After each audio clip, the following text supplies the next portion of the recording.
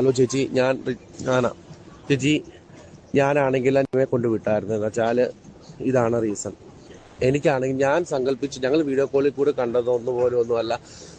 എൻ്റെ ഒരു സങ്കല്പത്തിലെ ഒരു പെണ്ണല്ല അത്. എനിക്ക് ചേച്ചി ഇപ്പം എന്നോട് ചോദിക്കാൻ എനിക്ക് നേരത്തെ അറിയത്തില്ലായിരുന്നു. പക്ഷെ അത് അവൾക്കറിയാം. എൻഗേജ്മെന്റ് വന്നപ്പോഴും ഒക്കെ വ്യത്യസ്തമായിട്ടാണ്. എനിക്ക് നമ്മൾ മുമ്പോട്ട് പോയി പല പ്രശ്നം ഉണ്ടായി അങ്ങോട്ട് രണ്ട് ഭാഗത്തു നിന്നും ക്ലിയർ ചെയ്യുന്നതുകൊണ്ടാണ് ഞാൻ ഈ വോയിസ് മെസ്സേജ് അയക്കുന്നത് ചേച്ചിക്ക്. എന്ന് വെച്ചാൽ അവൾക്ക് എനിക്ക് അങ്ങോട്ട് അക്സെപ്റ്റ് ചെയ്യാൻ പറ്റുന്നില്ല. ഞാൻ സങ്കല്പിച്ച ഒരു പെണ്ണല്ല. അതുകൊണ്ട് അവരുടെ ഭാഗത്ത് തെറ്റോ കുറ്റമോ ഒന്നും ഉണ്ടെന്നല്ല ഞാൻ പറയുന്നത്. അവരുടെ സൗന്ദര്യം ഒക്കെ അവളുടെ, പക്ഷെ ഞാൻ ആഗ്രഹിച്ച ഒരു സൗന്ദര്യമല്ല അവൾക്കുള്ളത്. അത് പറയാനായിരുന്നു കേട്ടോ. സോറി ചേച്ചി, ഞാൻ കയറി പോവാണ്. എല്ലാവരും അറിഞ്ഞു കാണുമല്ലോ കഴിഞ്ഞ ദിവസത്തെ സംഭവം. ഇറ്റലിയിൽ നിന്ന് പത്തനംതിട്ടക്കാരൻ, അതായത് ഇറ്റലിയിൽ നിന്ന് നാട്ടിൽ വന്ന് ഒരു പെൺകുട്ടിയെ വിവാഹം കഴിച്ചു. അതും ഫേസ്ബുക്ക് വഴി കണ്ട് പ്രണയിച്ച ഒരു പെൺകുട്ടിയെ അങ്ങനെ വിവാഹം കഴിച്ചു.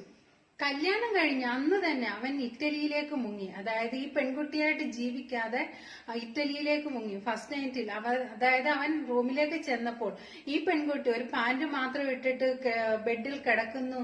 ഈ പെൺകുട്ടി ഒരു ട്രാൻസ്ജെൻഡർ ആണ് എന്നും പറഞ്ഞിട്ടൊക്കെയാണ് ഇവനും ഇവന്റെ ഫാമിലിയും പുറത്തെല്ലാവരോടും പ്രചരിപ്പിക്കുന്നത്.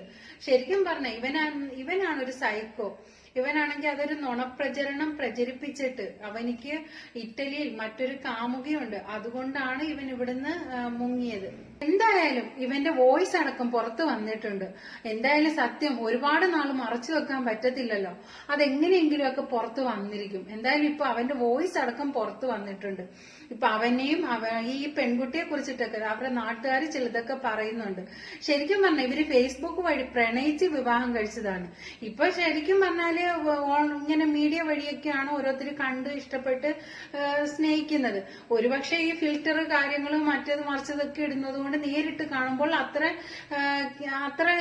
കാണാൻ അത്ര ഇതൊന്നും ഉണ്ടായിരിക്കത്തില്ലായിരിക്കും.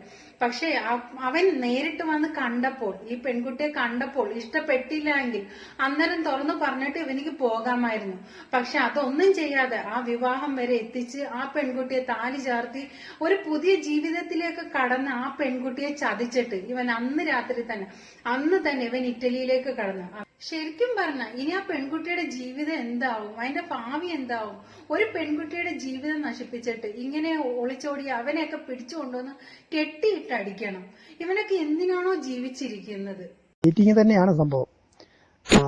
ഇത് ഇനി അവര് തന്നെയാണോ എന്നാണ് അന്വേഷിക്കേണ്ടത്. മറ്റേ ഇറ്റലി എന്ന് പറയുന്ന ആ പാർട്ടികളാണോ എന്നുള്ളത്. ഇത് സംഭവം എന്ന് വെച്ചാൽ ഈ കൊച്ചിന്റെ പപ്പായ ഉണ്ടല്ലോ, നമ്മളുമായിട്ട് ഭയങ്കര കൂട്ടെന്ന് പറഞ്ഞാൽ പുള്ളി മരിച്ചിട്ട് ഇപ്പോൾ ഒരു 5-8 വർഷമായിട്ടുണ്ട് ആള് മരിച്ചിട്ട്. എന്റെ വൈഫ് ഹൗസിലേക്ക് പോകുന്ന ആ വഴിയുടെ സൈഡിൽ തന്നെയാണ് വീടേ. ഇതിന്റെ തൊട്ടടുത്ത് എന്റെ വൈഫിന്റെ 2-3 റിലേറ്റീവ്സിന്റെ വീടും ഉണ്ട്. അപ്പൊ ഇത് കുഞ്ഞായിരുന്നപ്പോഴാണ് നമ്മൾ കണ്ടിട്ടുള്ളത്. പിന്നെ ഇടയ്ക്ക് അവധിക്ക് ചെല്ലുമ്പം അവിടെ വീടിന്റെ മുമ്പിൽ അവര് എന്തെങ്കിലുമൊക്കെ എടുത്തുകൊണ്ട് നിൽക്കുമ്പോൾ അങ്ങനെ കാണുന്നതേ ഉള്ളൂ. ഞാൻ ഈ ഫോട്ടോ കണ്ടപ്പോൾ മുതൽ ഇരുന്ന് ആലോചിച്ചു, ഈ കൊച്ചിനെ ഞാൻ അറിയുന്നതാണല്ലോ എന്ന്. അത് കഴിഞ്ഞ് പിന്നെ നാട്ടില് നമ്മുടെ കൂട്ടുകാരോട് വിളിച്ച് ചോദിച്ചു കഴിഞ്ഞപ്പോഴത്തേക്ക് പറഞ്ഞു ഇന്നതാ സംഭവം. എന്തായാലും ആ കുട്ടി രക്ഷപ്പെട്ടു. ഇവനെ പോലെയുള്ള ഒരു നട്ടലില്ലാത്ത ഒരുത്തന്റെ കൂടെ ജീവിക്കുന്നതിലും നല്ലത് ഒറ്റയ്ക്ക് ജീവിക്കുന്നത് തന്നെയാണ്. ഇവൻ ഇറ്റലിയിൽ നിന്നല്ല, എവിടെ പോയാലും ഇവനെ പിടിക്കണം. ഇവനെ നിയമപരമായിട്ട് തന്നെ മുന്നോട്ട് പോകണം. ഇവൻ ഇനി ഒരു പെണ്ണിനെ ഇതുപോലെ ചതിക്കാൻ പാടില്ല. ശരിക്കും പറഞ്ഞ ഇവനൊരു സൈക്കോ ആണ് ആള്. ഇവനാണെങ്കിൽ വെറുതെ നുണകൾ പറഞ്ഞുണ്ടാക്കിയിട്ട് ആ കുട്ടിയെ കരിവാരി തേച്ചിട്ട് പോയതാണ്. എന്തായാലും അവന്റെ കൂടെ ജീവിക്കാഞ്ഞത് ആ പെൺകുട്ടി എന്തോ ഒരു ഭാഗ്യം ചെയ്തിട്ടുണ്ട്. അതുകൊണ്ടാണ്. ഇല്ലെങ്കിൽ ഈ കുട്ടിയെ കൊല്ലിയോ മറ്റെന്തെങ്കിലും ചെയ്തോ പോയാ എന്ത് ചെയ്യും? ഈ ചെറുക്കൻ ഐത്തലപ്പള്ളി ഇടവക്കാരനാണ്. പട്ടായിരുന്നു അവരുടെ വീട്ടിൽ വരെ. ഇവർ താമസിക്കുന്നത് വീമൂട്ടുപാറയിലാണ് താമസിക്കുന്നത്. ഇവരാണ് പണ്ട് ഇറ്റലിയിൽ നിന്ന് കോവിഡ് കൊണ്ടുവന്നു പറഞ്ഞുകൊണ്ട് പ്രശ്നം ഉണ്ടായില്ലേ, ആ ചെറുക്കനായില്ലേ. പത്തനംതിട്ട ഹോസ്പിറ്റലൊക്കെ കൊണ്ടാക്കി ഭയങ്കര പ്രശ്നമായിരുന്നില്ലേ ആ ചെറുക്കനായിരുന്നു. അവനെ മറ്റേ ജ്ഞാനായ കത്തോലിക്കത്തെ ഒരു പെണ്ണായിരുന്നു കല്യാണം കഴിച്ചു. തിരുമേനിയാ കല്യാണം കഴിപ്പിച്ചത്. കല്യാണം കഴിച്ചിട്ട് അന്ന് വൈകിട്ടായിരുന്നു കല്യാണം എന്നിട്ട് അവരുടെ വീട്ടിലാ ചെറുക്കനും ഇവരുടെ വീട്ടിലാ, പെണ്ണിന്റെ വീട്ടിലോട്ട് പോയില്ലായിരുന്നു. ചെറുക്കനൊരു സൈക്കോ ആയിരുന്നു. ഇവൻ രാത്രിയിൽ ആ പെണ്ണിനെ പിടിച്ച് ചെയ്യുകയൊക്കെ ചെയ്തു. ആ പുകച്ചൊക്കെ പേടിച്ചു. അതിനെ രാവിലെ ഇവൻ കൊണ്ട് വിട്ടിട്ട് ഇവർ നേരെ ഇറ്റലിക്കാൻ കയറിപ്പോയേ. എന്നിട്ട് ഇവൻ പറഞ്ഞുണ്ടാക്കി ആ പെണ്ണ ആണാ മറ്റേ ആ ഇതാക്കിയേ. കല്യാണത്തിന്റെ ഹോളിന്റെ പൈസ കൊടുത്തിട്ടില്ല, സ്റ്റുഡിയോക്കാരന്റെ പൈസ കൊടുത്തിട്ടില്ല, കേറ്ററിംഗുകാരന്റെ പൈസ ഒന്നും കൊടുക്കാതാ പോയേക്കുന്നത്.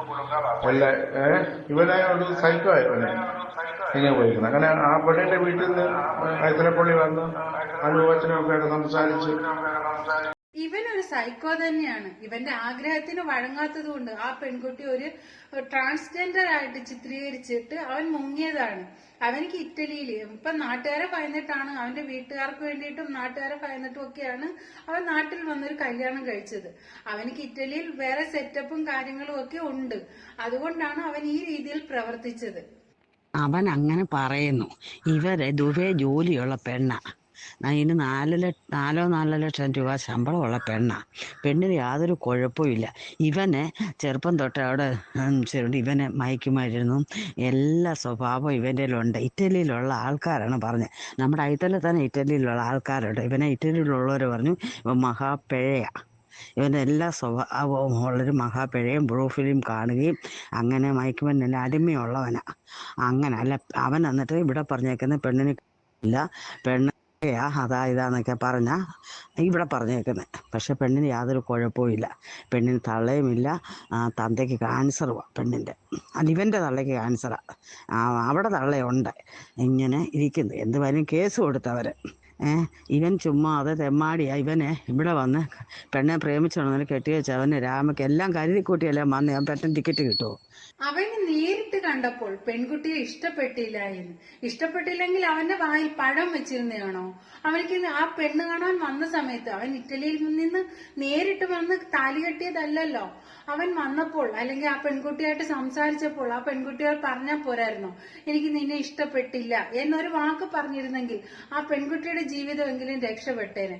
പിന്നെ അതുപോലെ തന്നെ ഈ കല്യാണം കഴിഞ്ഞിട്ട് അവൻ അന്ന് തന്നെ അവിടുന്ന് രക്ഷപ്പെട്ട് അപ്പോൾ തന്നെ. അപ്പൊ ഈ ടിക്കറ്റൊക്കെ ഉടനെ അങ്ങ് എടുത്തു വെച്ചിരിക്കുവാണോ? ഇതൊക്കെ ഇവൻ മുൻകൂട്ടി പ്ലാൻ ചെയ്ത് അവൻ ചെയ്ത ഒരു കല്യാണമായിരുന്നു ഇത്. എന്തായാലും ആ യുവകോമളന്റെ ആ ഷാരൂഖ് ഖാന്റെ വോയിസ് ഒന്ന് നമുക്ക് കേട്ടു നോക്കാം. ഹലോ ചേച്ചി, ചേച്ചി ഞാനാണെങ്കിൽ എന്നെ കൊണ്ട് വിട്ടായിരുന്നു. എന്ന് വെച്ചാൽ ഇതാണ് റീസൺ. എനിക്കാണെങ്കിൽ ഞാൻ സങ്കല്പിച്ച് ഞങ്ങൾ വീഡിയോ കോളിൽ കൂടെ കണ്ടതൊന്നും പോലും ഒന്നുമല്ല. എൻ്റെ ഒരു സങ്കല്പത്തിലെ ഒരു പെണ്ണല്ല അത്. എനിക്ക് ചേച്ചി ഇപ്പം എന്നോട് ചോദിക്കാൻ എനിക്ക് നേരത്തെ അറിയത്തില്ലായിരുന്നു. പക്ഷെ അത്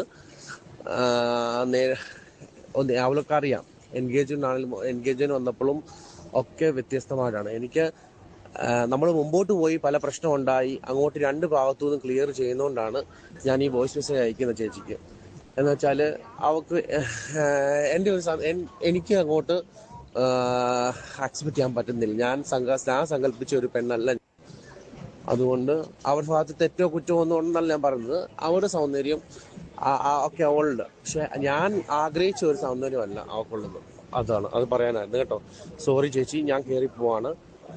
മുന്നോട്ട് പോയി പ്രശ്നങ്ങളും വഴക്കുകളും പ്രോബ്ലങ്ങളും വരാതിരിക്കാൻ ആണ് ഞാൻ പ്രേമിച്ചിട്ട് അവസാനം കല്യാണം കഴിഞ്ഞപ്പോൾ അവന്റെ സ്റ്റാറ്റസിന് പിടിക്കുന്നില്ല.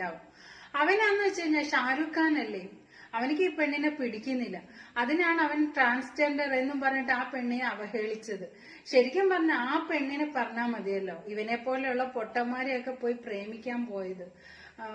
എന്തായാലും ആ പെൺകുട്ടി രക്ഷപ്പെട്ടു. ഇല്ലെങ്കിൽ ഒരുപക്ഷെ ആ പെൺകുട്ടിയുടെ ജീവൻ പോലും പോയേനെ. ഇത്രമേ ചെയ്യുന്ന ഒരുത്തൻ അവൻ കൊല്ലാൻ പോലും അവളെ മടിക്കത്തില്ല. അതാണ് ഇപ്പോഴത്തെ കാലഘട്ടം. എന്തായാലും ആ പെൺകുട്ടി രക്ഷപ്പെട്ടു എന്ന് പറഞ്ഞാൽ മതി.